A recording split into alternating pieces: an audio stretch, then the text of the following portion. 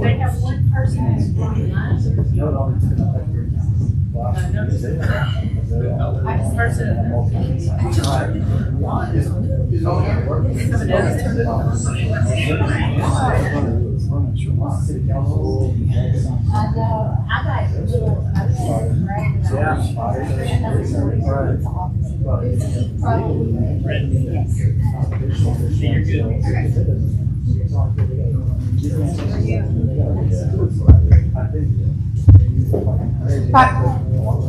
It is 5:30. We're going to go ahead and get started tonight. I'll call this committee meeting to order, Courts and Public Safety. Our new business is Ordinance 2432, which is a transfer of county property. Miss Margaret, would you like to? Oh, yeah, I guess we should do that. I will entertain a motion to put this on the table for discussion. Ms. Margaret, do you want to have our attorney read it and then you can discuss it? I don't know that it needs read, but I can Okay. discuss it. So, Sarah, you can send out the photos. So, this is transferring 10 machines to not Randolph, but Cleveland County, and 5 machines to Randolph County. This is the room where our machines are stored, and you'll see how tight it is. They're wall to wall from the very front to the very back. And if we can pull out and transfer about 25 machines, right now we've got 15 going out, if y'all approve. And this will open up us some space to be able to move this stuff around during elections and to be able to utilize our space there, because these are machines that we are not using. So, and the machines that I'm asking to transfer were purchased by the state and then transferred to us, so it's not machines that the county itself bought. So that's why I wasn't asking for a money transfer to go with that. But because we're tight on space, these are machines that we're not probably ever going to use because the state overestimated how many we needed to buy. So this will help out Cleveland County and Randolph County to not have to use the machines that they used here early, to have to use them again out on the sites. So, entertain any questions?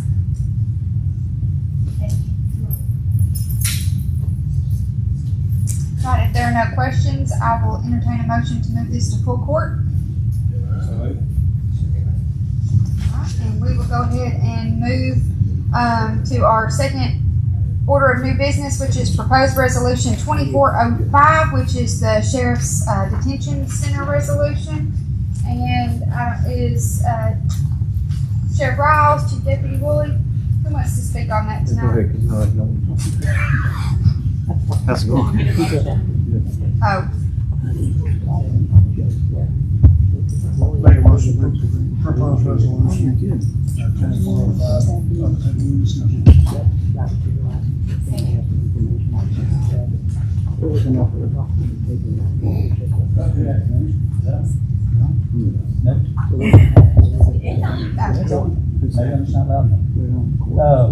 So I emailed, did y'all get my packet? I kind of emailed last week to kind of explain up to this resolution. So basically, according to Arkansas Code and Rules of Criminal Procedure, they give you, and we've talked about jail overcrowding. That's no secret that we're doing everything we can to manage our operations.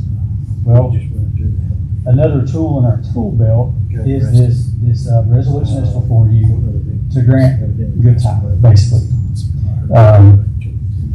As I said in my bullet points, we're doing most of the 6 things that we have as tools outside of a worker release program and ankle monitors, because we're not set up really for electronic monitoring. The reason this is in front of you is, according to Arkansas law, this has to be approved by the court of courts, and they have to support it. We do have classification committees that classify detainees on a daily basis, so that committee will also take up keeping this up to date. And this is a tool for overcrowding. I don't see this being a tool for every day, if we're not overcrowded. But as I put in my packet, I was trying to help understand. So we always talk about, well, the numbers are good in Unit 2, but we're overcrowded in Unit 1. So I tried to show the flow of how Unit 2 affects Unit 1. And we, for a few months now, we've been taking only violent misdemeanors and violent felonies. And we're still, even today, we're at 200 in Unit 1.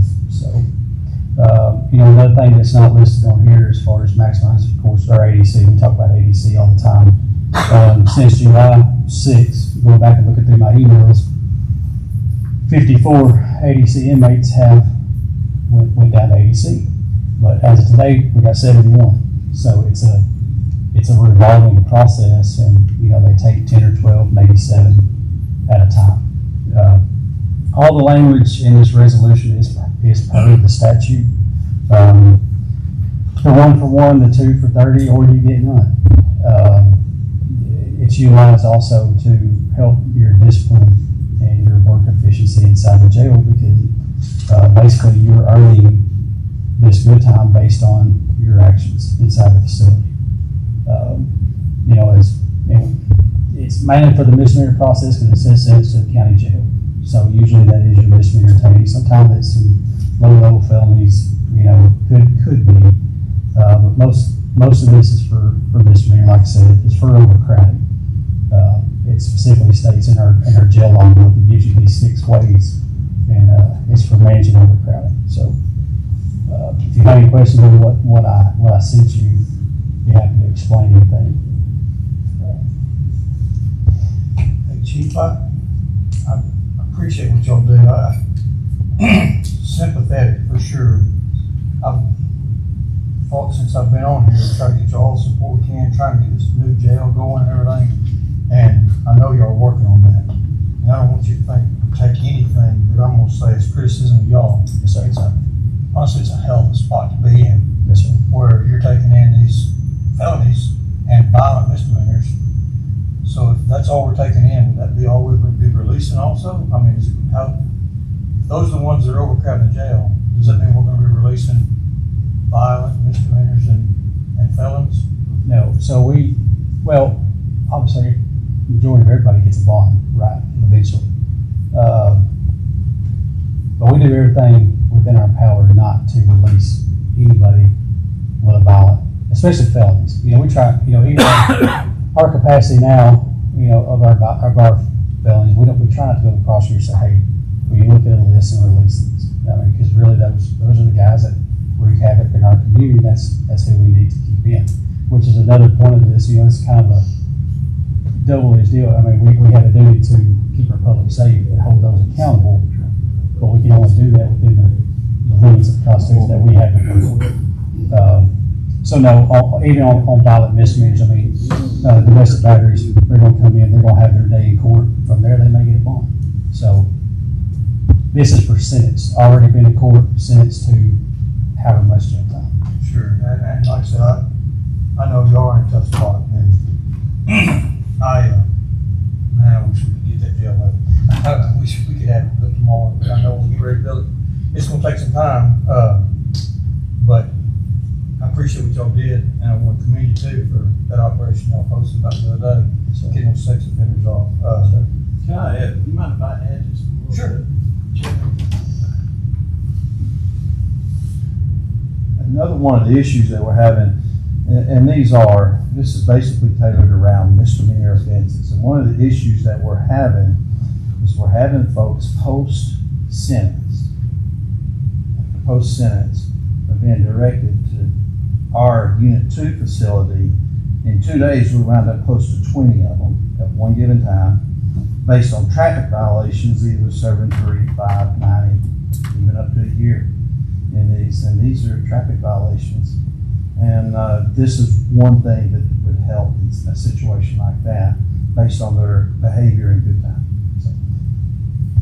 So those people like that would that be like when you release these guys? I know you got a priority system that probably I don't understand as well as a lot of people do, but you wouldn't release someone convicted of beating his wife before you release the speeding ticket, is what you're saying there, basically. Oh, no, yes.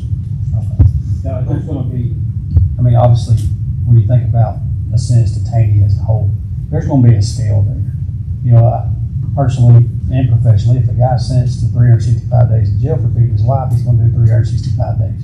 Okay, unless we just absolutely have no problem, or no other, nothing else we can do, to alleviate space. Obviously, that's gonna be the highest, you know, or the lowest of the scale, whichever way you wanna look at it. This is gonna be more towards probably traffic,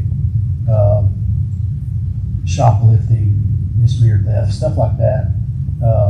But I would say it'd be a very low priority to try to release somebody that's got a violent misdemeanor.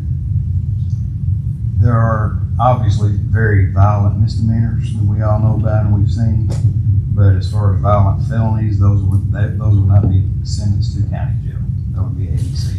So I think this is a great idea. It gives you a little carrot too. And try to make them behave themselves. And I know with overcrowding, that's kind of goes hand in hand with the problems you may have.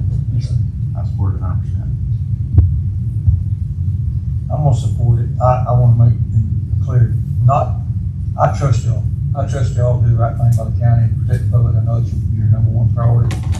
I just wanna make sure that people realize this is not us turning us off on crime, us on the court, I mean. I know, I trust y'all, and I wanna make it clear to everybody out there maybe watching or listening, that when I vote for this, it's gonna be knowing that y'all are doing right by the people. Y'all are gonna make sure you got a priority system in place so that we're not releasing people who are gonna go out there and kill their neighbors. Yes, sir. That kind of stuff.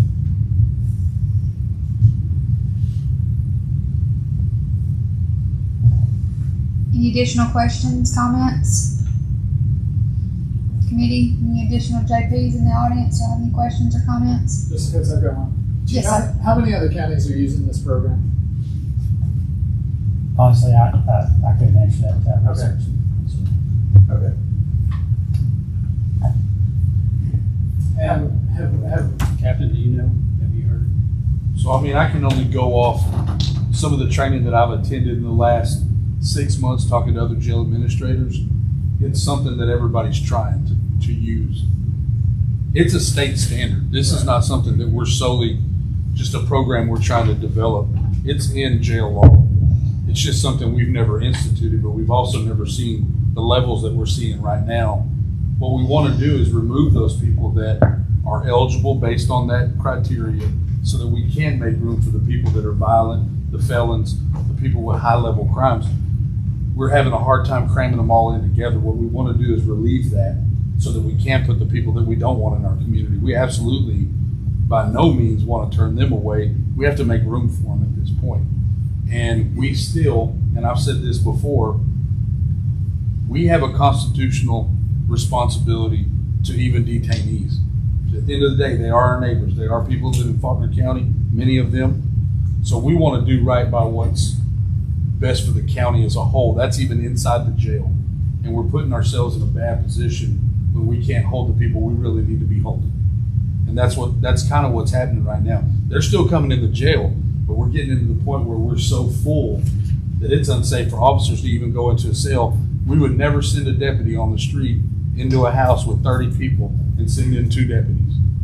We're asking 2 officers with half of the implements that we give patrol duty personnel these implements to do their job in the house with we wouldn't send them in there. We're doing it every day with these folks in the jail. And they're no more safe in there than the guy is out on the street doing his job. So what we're trying to do is just get it to a manageable level. We're not gonna let violent people out. I understand. Yeah, it's just from when we're voting on this and being asked to vote on this, it's helpful to know, hey, is there another county doing it? How's it work? You know, when was it implemented? What's the track record? Those type of things are helpful in the decision-making process. I believe Benton County enacted it in 2018, Pulaski's enacted one in 2022. Those are the two that I know of off the top of my head. Thank you, Council. Justice Frank, did you have a question or comment? Yeah, I was wondering, this one says it's 1 day for 1 day. Does that actually reduce their sentence, or are they just being released like on a parole type situation? Are you actually reducing their sentence, or are you just letting them out on the street on some kind of parole where they're still monitored for the rest of their sentence? It's really, I mean, obviously we don't have a parole system for us for this, so it's actually a reduction based on their actions inside the facility. So it actually reduces their sentence, not, Based on the criteria of work, disciplinary, and a variety of things. Good behavior. And the other thing is, they have to be made a trustee. So there's criteria for that. They can't have warrants in other counties. There's a lot of criteria that once they're made a trustee, like Justice Schock said, this gives us an opportunity to make them work off their time. This is not just oh, hey, you qualify, we're just gonna cut your sentence. Let's say you had a 50-day sentence. You become a trustee, you fit for the program, you're gonna cook, you're gonna clean, you're gonna do work around there. That's part of the work program within the jail to help maintain the jail. That's part of your work program to even qualify for a reduction. But if they had a 50-day sentence and they work through the program, they stay out of trouble, they do everything that the program requires, they're gonna get out in 25. would any of these people be repeat offenders? I mean, we have a lot of those, and I would hate to say yes and I would hate to say no, but there's going to be some of those. But that'll go into, do you qualify? Frequent flyer for us probably isn't going to qualify at some point. I don't know that that's mentioned in there about repeat offenders, but that's a policy that we can put in there so that there's some kind of a checks and balance for that. Because if somebody just keeps repeating that, they're coming in playing the game. We don't want to reward them in that case. So that's probably something we need to look at. But all of that is done through the classification committee, correct? Yes, That's not. One other question, just mainly to get a statement out there. We're at a point now, the capacity for unit 1's 113, so there's 200 in there a day. Yes, sir. Average for the month of August was 202. So what Captain said, I think, was you're trying to make room for the violent offenders. So it sounds almost like we're at a point where you can't take people if you got no space for them, no matter how hard, no matter how bad they are. And that's kind of how it reflects to Unit 2. You'll see the numbers are lower in Unit 2. But if you arrest a guy that doesn't have a prior criminal history of violence, that would classify him to Unit 1. Well, if he gets in there, he comes in and he's sick, or he has disciplinary issues, or he needs some kind of protective custody, he has to come to Unit 1. So that's the flow, because the way Unit 2 is, if you've seen how it's set up, there's no segregation over there. We're already utilizing our booking facility as housing as the numbers get high, which was not what it was intended for, but we're talking 2006, somewhere around there. So that's the flow from there to here. So when those numbers get high, that's more medical claims, it's more disciplinary issues, or some kind of protective custody. Well, now they got to come over here, and we're already full. So it kind of flows from one unit to the other. Just because our facility's not set up in Unit 2, we can't maximize our use over there. And I know, talking to y'all over the years, y'all been wanting to create more capacity. There's been a lot of effort made toward that, and we're making progress toward it, I'm assuming, right? So we can promise the public we're making progress toward expand that capacity, put those criminals in jail, and I can support this. And I appreciate what y'all do. Thank you.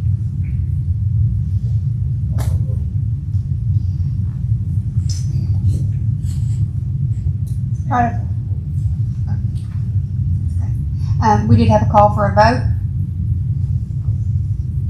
Do I need a motion, Bill? Okay. So we will go ahead and move forward with that. All those in favor of passing proposed resolution number 2405 onto the full court, say aye. Aye. Any opposed? All right, resolution number 2405 moves forward to full court. Are there any additional announcements?